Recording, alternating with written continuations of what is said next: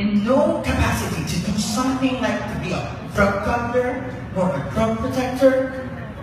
Talaga po ito po ay mga black propaganda lang po laban po sa akin. Kaya nga po nakakama na po sa aking Pangulo. Tigilan niyo na po ako. Tama na po.